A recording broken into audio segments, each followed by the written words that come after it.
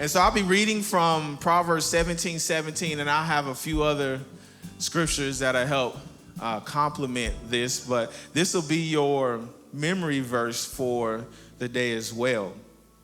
And so if I walk by you at the end of the church, I'm going to say Proverbs 17:17, what is it? You better be able to know it. But it says, a friend loves at...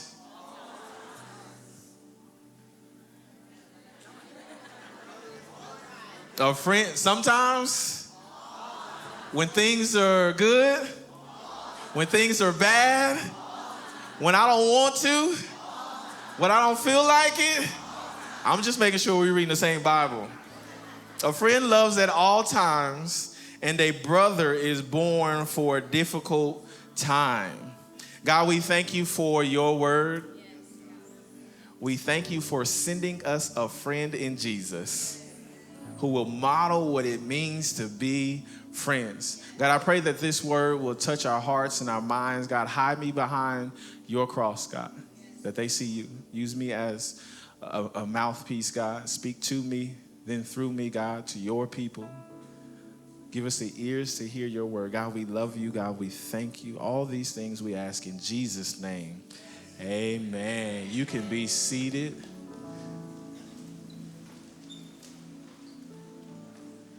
If you've been rocking with us for the past 6 weeks, like Pastor Torrance said, we're in a collection called The Art of Living Skillfully, where the first 3 weeks, he really focused on the first 7 verses in Proverbs, walking through some of the writings of Solomon. And he broke them things down, had the whole church crying and running all over the building. It was great and beautiful, right? If you understand, if you've read through the Proverbs, oftentimes it's quick. It's a thought. It's like, what am I supposed to do? And so what Solomon and the writers are doing, they give you information. And with that information, you have to grasp an understanding of what's going on. That understanding is called knowledge. From knowledge, you put it into practice, which is wisdom, the art of living skillfully. And so last week, Doug brought the heat with the art of war, teaching us being prepared for what God has called us to walk in, putting on the armor of God. And I was chewing on that all week, talking to my mother about it. And this week, to complement the art of war, one of the things I was thinking about when I was writing this is, who am I going to war with? Because you can't go to war with just anybody. The person that has your back, you want to make sure that they're willing to have your back. I don't know if any of you have ever been in the military, but if you have, in the Army, we call them battle buddies, but it's this guy, this person that I'm willing to be in the trenches with. And so as we unpack this text, we have to make sure we understand that the battleground that we're on and what God is calling us to in the art of friendship, because it is a skill. And if we're being real, it's a lost skill in a time where cancel culture is high. Forgiveness is low. And it's hard for me to see past the mess ups. It's hard for me to see past your impurities. And so God sets a standard for us that we sometimes overlook, in that he says a friend loves at all times. A brother is born during difficult times. What is he saying in this verse? He's telling you that this is not a conditional statement. You do not have a choice to love your friends. For some of us, if you're being real, friends are chosen. That's a choice to be a friend, and God says, I want you to be committed. But again, in a time where we're like, hey, I don't have time for your mess because I got my own mess to stress about, it's hard for me to really go deep in relationship. Right? But God said, this is the standard for friendships. He said, the standard for friendship is my love. The only way I can love someone all the time is if I'm loving them with the love of God and not the love of Joseph. Not the love of my mama, not the love of Paul or any of these other. I have to love with the love of God, because it's real easy for me not to love you. You make it real easy. If we're being real with her, Joseph, it's real easy for you not to love people. I'll talk to myself if y'all don't want to rock with me. But our culture teaches us to build these walls. It encourages us that friendship is conditional. It's about self-interest. What can I get out of this? It's about convenience and not sacrifice. And so when you read a statement about, I'm supposed to love always, we tend to step back and say, well, not always, because there are things that people can do to make me stop loving them. Because our love has limits. And so growing up, one of the things that I love to do, or go to school. I love school. I was weird like that. But the only reason I wanted to go to school was for people to be around. Surrounded around people. I played sports when I first went in. I was also in ROTC. I didn't do band. I did band in middle school, but not in high school. Sorry. Couldn't do everything. I didn't want to be talked about either. But I knew a lot of people. I got voted most likely to succeed. So that just means I was a nerd. So I knew a lot of people.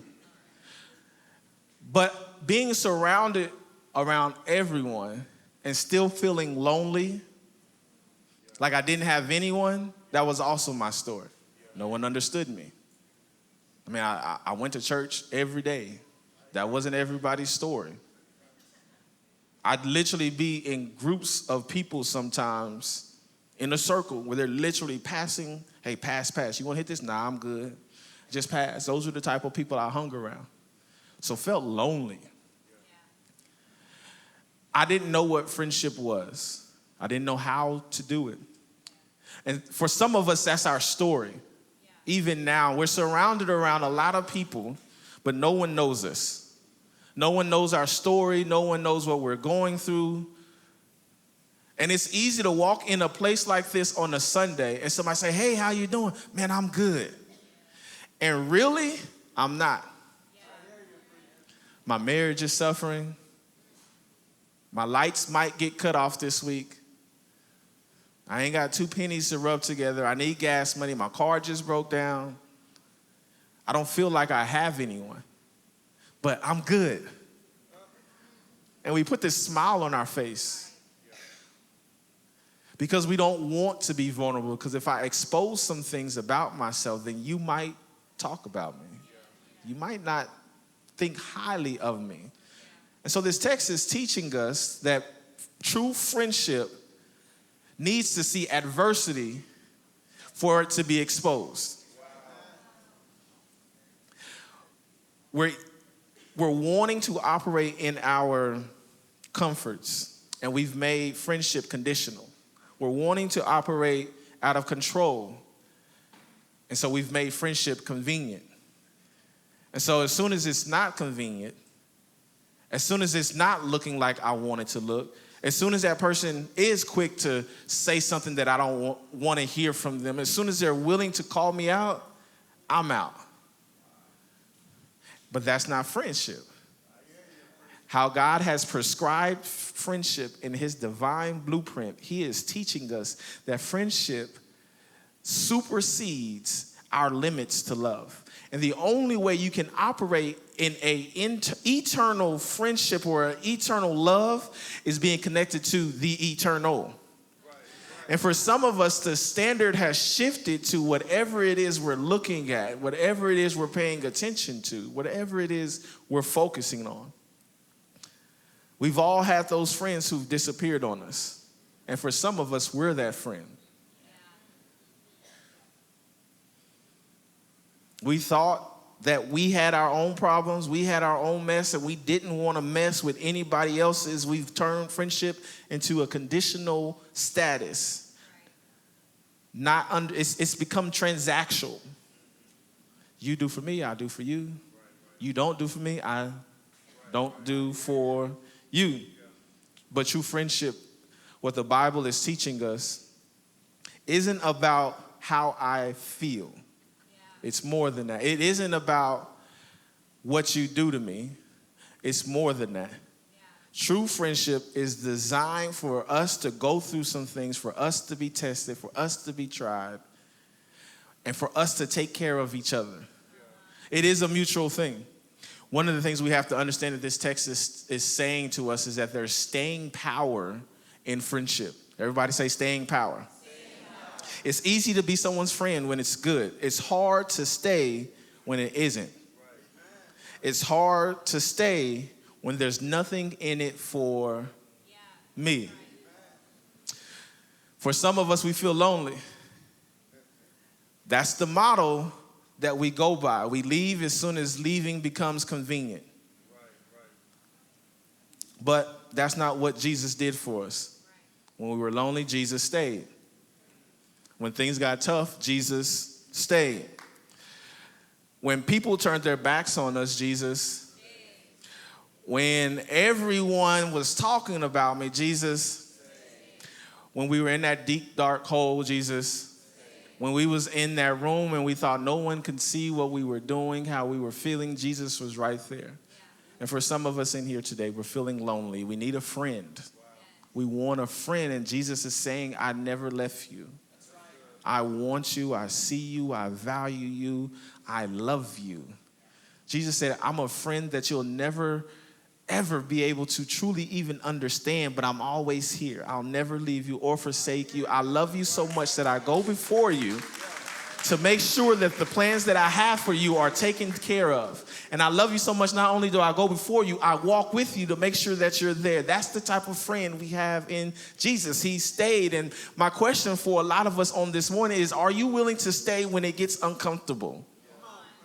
Are you willing to be a friend that forgives? Are you willing to be a friend that is consistent? Are you willing to be a friend that loves beyond your own strength? Because if your love has limits, then it's tied to the wrong source. And what I found out the problem is that we use Jesus, we use his word as a resource and not the source of our strength. And what can happen when we do that is we begin to fall in alignment with what we want, how we want, what we want to do, and when we want to do it. When we put Jesus in the passenger seat and we ask him for his opinion versus seeking his word and his commands over our lives, we become gods in ourselves. We become our own idols. We want to trust and be in agreement with what we want, and when what we want isn't in alignment with what he wants with us, we say, Jesus, you can get to the back seat. Because for me to love at all times, like you're telling me to do, I can't do it, so I'm not going to do it.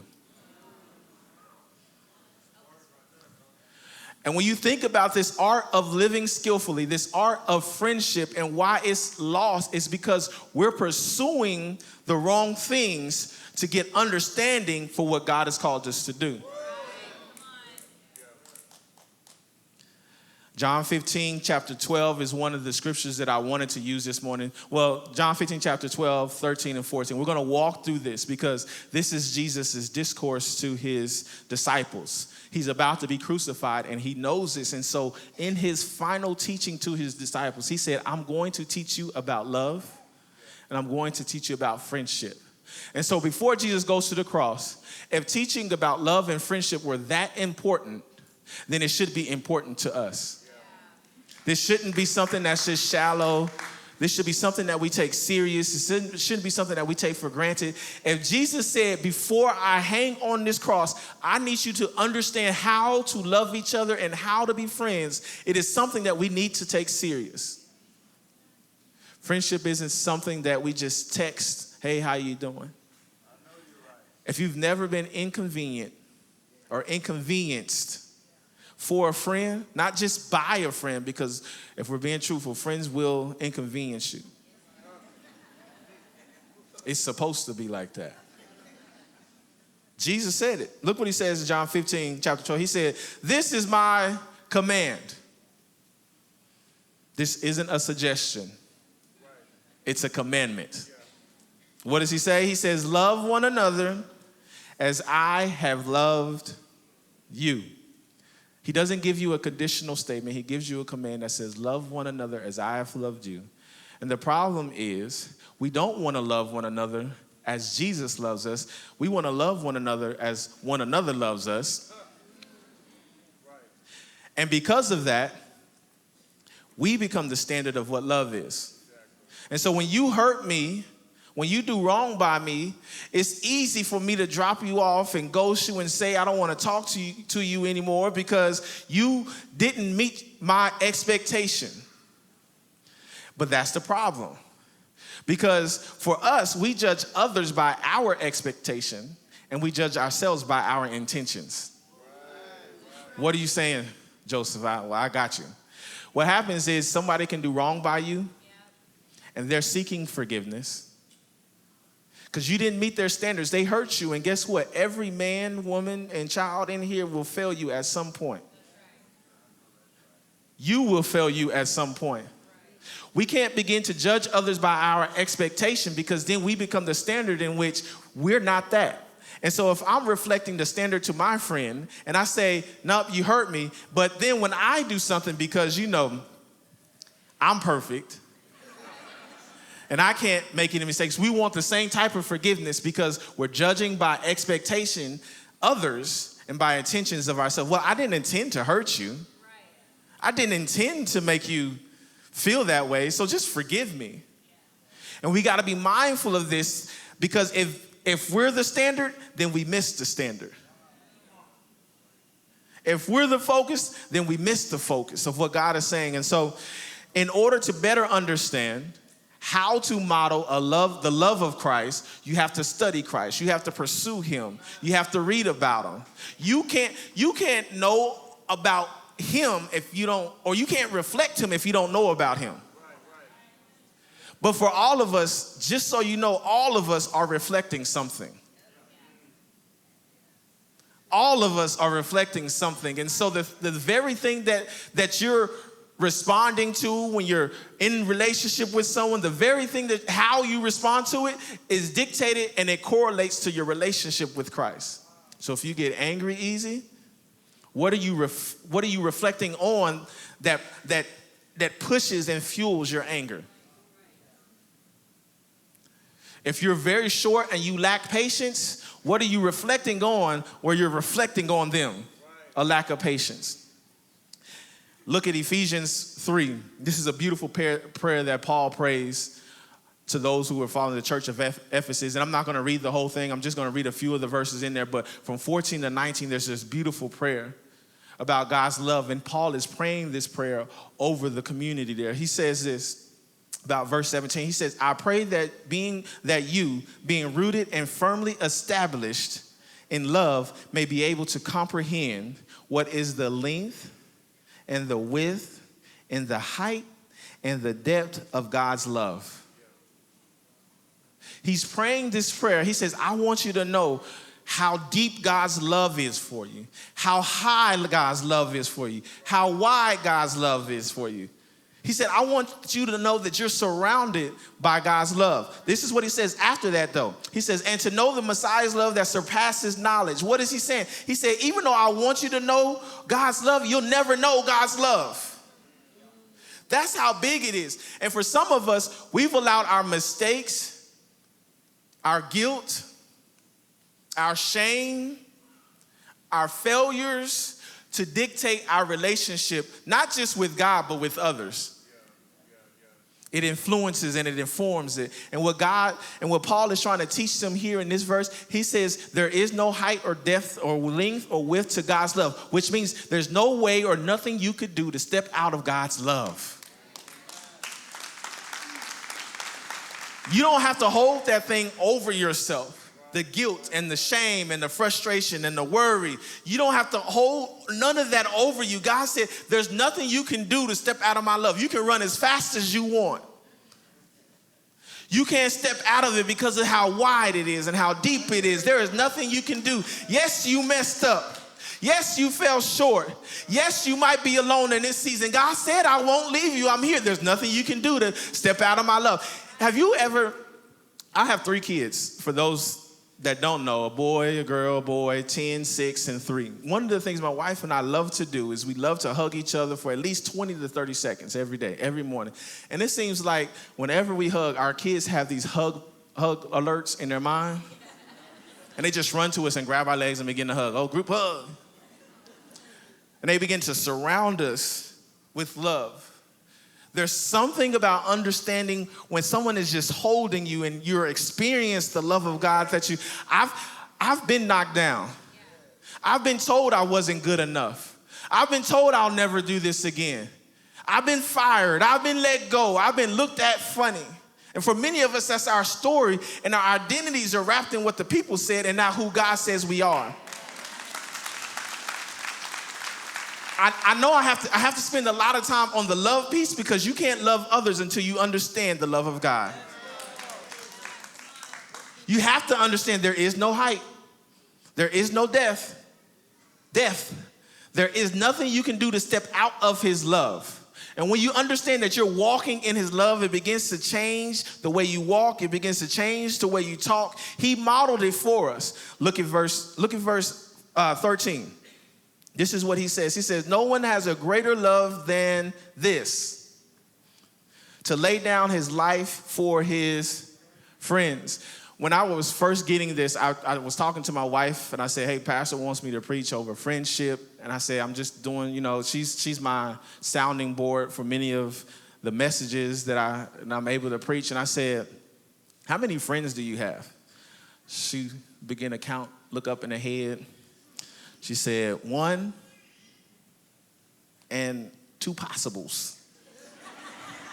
For those of you that play spades, that's a bad hand of spades. She said 1 and 2 possible potentials is what she said. And then I read this verse 13. No one has greater love than this, to lay down his life for his friends. I said, so how many friends do you have? She says, does family count?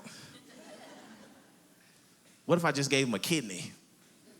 And for some of us, we put limits, we put confines, boundaries on God's love and how he's called us to love. Friendship has become shallow. Because I can ask in this room, how many friends do you have that you're willing to give your life for? I can attest. I'll live for them, but you want me to die for them? Like die? Like for real? You want me to die for them? And God challenges not just our love for our friends, but he challenges our love for him. When he's preaching in John 15 or teaching his disciples this, he starts with talking about the branch and the vine. If you read through John 15, or the vine and the branch, and how the only way the branch is able to bear the fruit, the only way it's able to get life is through the vine. The only way we can love with a limitless love is through the love of Christ. If you're not connected to him, of course your love will have limits. Of course your spouse won't feel truly loved. That's a reflection of your love of God, not your love for them. If I'm not loving my wife well, it's not this that has a problem. It's this.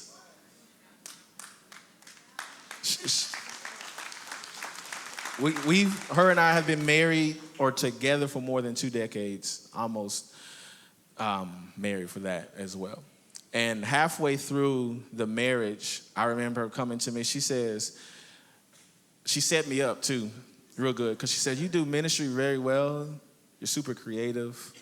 I've put together youth conferences, and I've put together youth camps with hundreds of kids going to it. I've been a part of all these different things. She said, you really take time and effort for that. She set me up, y'all.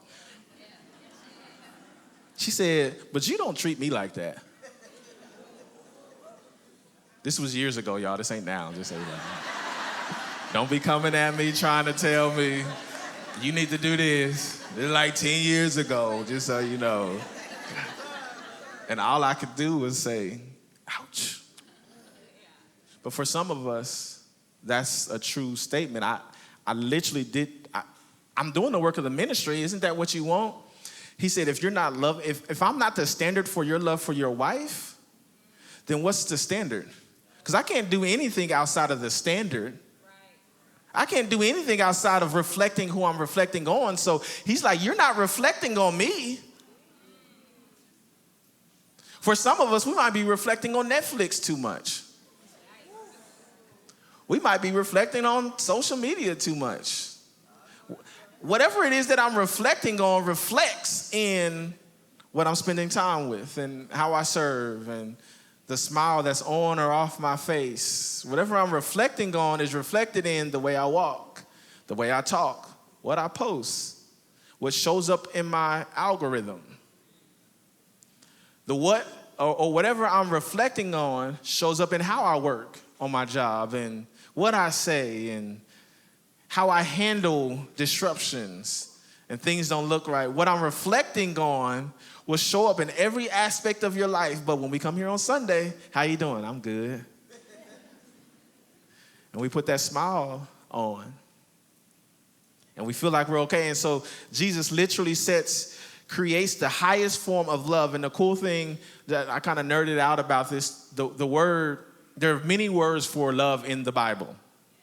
If you've been in church just a little bit, you've heard of agape love, which is the love he says here when he says no one has greater love, agape, which is an unconditional love. It's a love with no strings attached, meaning I will do regardless if you do. I will go regardless if you ask me to go. I move before you ask me to move. That's the love of Christ. So it's not I move when you move, just like that. Because that's what culture tells us to do. It's that I move even if you don't ask me. I move when it's uncomfortable. I move because that's what I'm reflecting on. That's what he's called me to do. Right. And for some of us, we don't want that standard. We don't know. So that's agape love. But then there's the phileo or philia, which comes from words. You may have heard it, Philadelphia, which is a city of brotherly. That's where it comes from. It's Greek, right? Then there's eros and storge. There's a couple of familial love, romantic love. But these two, the word friends comes from that word, the root of philia.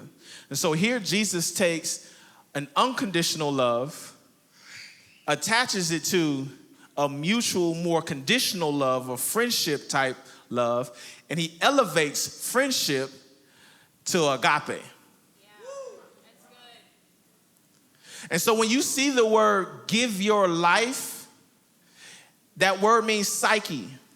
And most of us think it's our mind. It's not just our mind. It's our heart.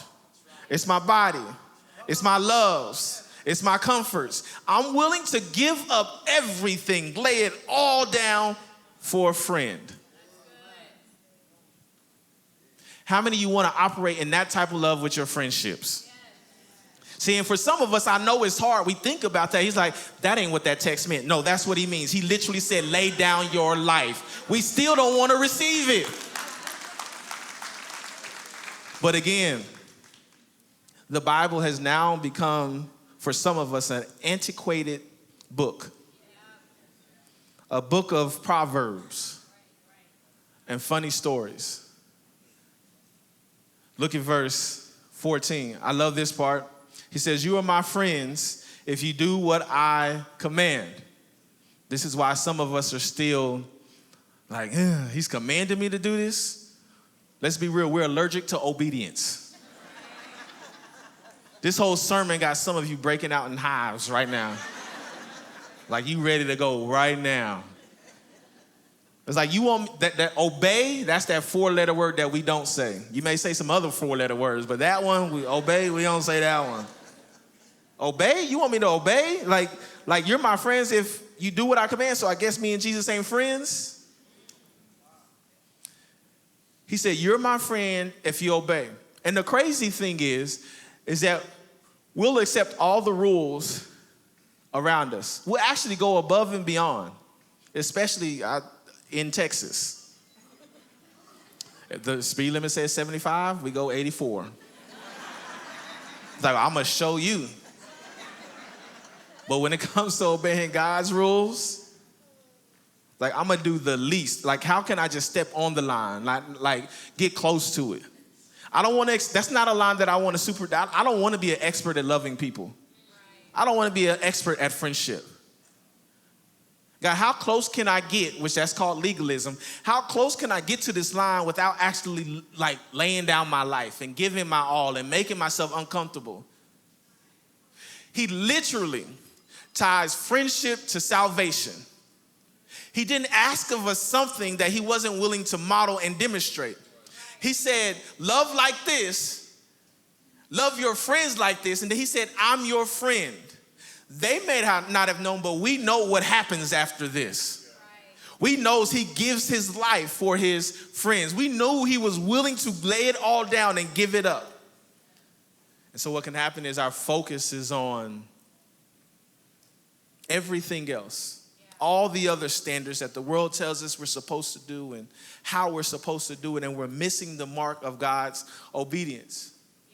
I told you we have 3 kids, and for our youngest, really for all the kids, I feel like my wife baby-proofed the house too much.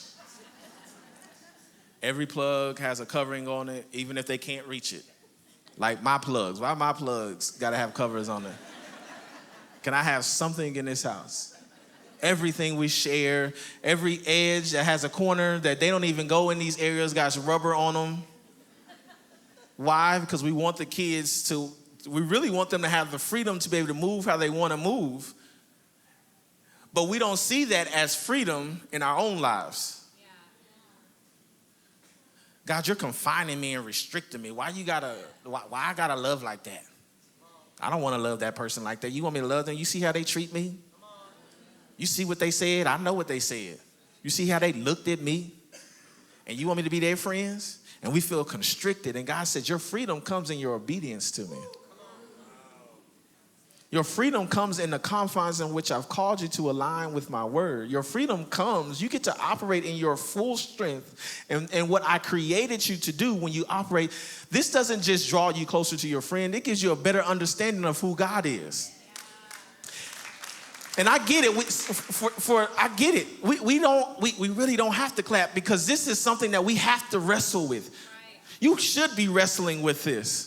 This isn't comfortable. This isn't easy. This isn't for the faint at heart. I need to tell you, you're not by yourself when you do this. And that's the problem, the control mentality that we have. I can't do this. You're right, you can't.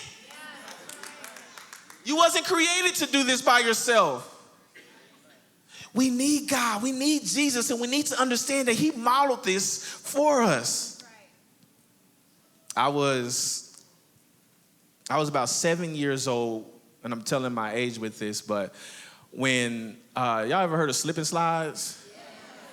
As you run, you slide. Y'all remember this? You hit the bump and some of y'all don't know. Take a dive, y'all don't know. Maybe I'm older than I thought. God. But this was a slip and slide. It's this long thing, and you run, and when you hit a bump, you jump in a little pool. And I wanted one so bad. I knew the commercial. We couldn't afford it, and that's okay. So we made our own slip and slide. You know, them things you used to lay on, you blow them up and they got the little pillow that you lay in and stuff. We had like 4 of them together. You blow the first 3, you don't blow them up all the way. And the last one, you blow it off the way so you can get your little bump and then jump over. And y'all can laugh, that's what we did. You know, when you in the hood, then you just do what you're gonna do. Everybody love it. And so we're going through this, and we're doing it, and Mom gave boundaries. Hey, keep this on the grass, do your thing, y'all can slide. Well, when Mom went inside, everybody really went inside. I said, you know, in the 7-year-old mind, me, and this is why I can't even get mad at my kids, because I did a lot of not smart things. I put it on the cement.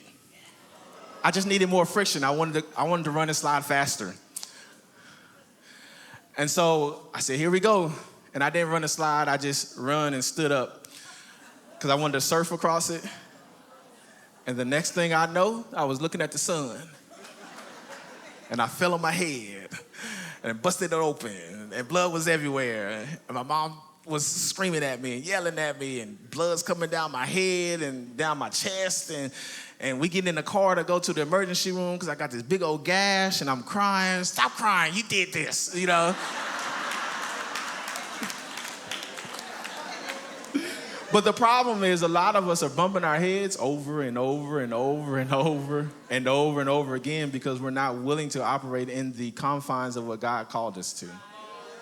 You want so much freedom, but don't realize the freedom is in him, it's not in you.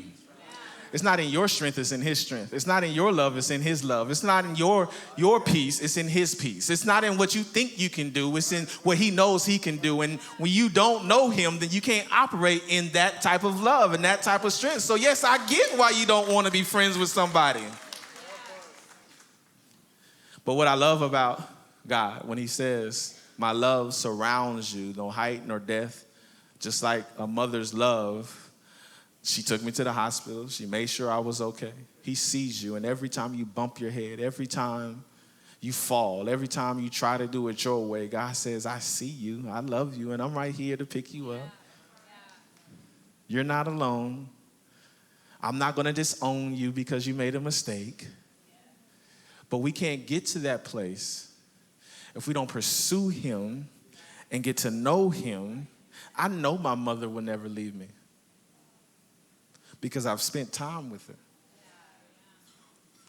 I know I have a brother that I can call on. I know I have a brother I don't have to call on, and he'll still show up. I remember going through something over a year ago where I was hurting. I felt alone. I felt like no one loved me. I felt like I couldn't go on. And when my door, somebody came and walked in my house, my brother's in, I'm crying, and I'm the big brother, crying in his chest. God said, I want that type of relationship for you, but you can't have that type of relationship if you're not pursuing me. For many of us, we're trying to pour out of an empty cup. Nothing's coming out because nothing's in there. You can't walk in the strength of God if you're not pursuing him and you're not spending time with him, and that's just not going to happen. That's right. So this isn't the first time that Jesus gives this command to his disciples. John chapter 13, verse 34 and 35, Jesus says, I give you a new command. Love one another. Just as I have loved you, you are to love one another. 2 times. By this, everyone will know that you're my disciples, if you love one another. 3 times he says this. This is right after he identifies Judas as his betrayer. Right before he identified Judas as his betrayer, you know what he was doing? He was washing his disciples' feet, including Judas. We can't even get past loving our friends, let alone love our enemies, what God called us to do. That's another message for another day. Jesus literally is going down the line.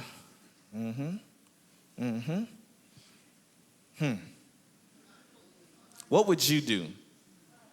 Knowing that there is a man that is going to get you killed. And you're on your knees, washing everyone's feet, and you get to him. We know what Jesus did. We also know he told us to model what he did. I can't do that in my own strength. For some of us, let's be real, we in this room right now, and we're not even enemies. We can't even wash each other's feet. And God has called us to that. That's the type of love that Jesus called us to. Everyone's standing all over the building.